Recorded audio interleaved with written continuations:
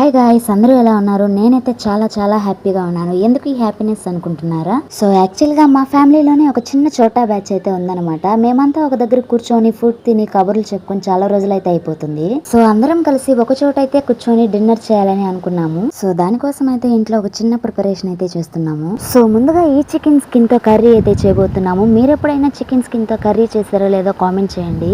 ఇక ఈ chicken curry విషయానికి వస్తే ఈ చికెన్ ని చిన్న చిన్న పీసెస్ కి అయితే కట్ చేసుకొని వాటర్ లో 4-5 టైమ్స్ అయితే వాష్ చేసుకోవాలి. సో నెక్స్ట్ మసాలా అయితే ప్రిపేర్ చేసేసుకున్నాను. ఇంగ్రీడియంట్స్ స్క్రీన్ మీద అయితే ఇస్తున్నాను, చూసేయండి. నెక్స్ట్ స్టవ్ మీద ప్యాన్ పెట్టుకొని ఆయిల్ పోసుకొని కొంచెం జీలకర్ర అలాగే కొంచెం ఆవాలు వేసుకుని ఫ్రై చేసుకొని ఆనియన్స్ వేసుకుని బ్రౌన్ కలర్ వచ్చేంత వరకు వేయించుకోవాలి. అలాగే ఆనియన్స్ ఫ్రై అయ్యాక టమాటోస్ యాడ్ చేసుకొని అలాగే మసాలా కూడా యాడ్ చేసుకొని బాగా ఫ్రై చేసుకోవాలి.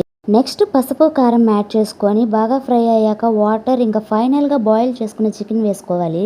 కర్రీ బాగా ఉడికిపోయాక ఫైనల్ గా కొత్తిమీర వేసుకుంటే కర్రీ అయితే రెడీ అయిపోతుంది. సో మేము ఎలా ఎంజాయ్ చేసామన్న దాని గురించి పార్ట్ 2 అని కామెంట్ చేయండి.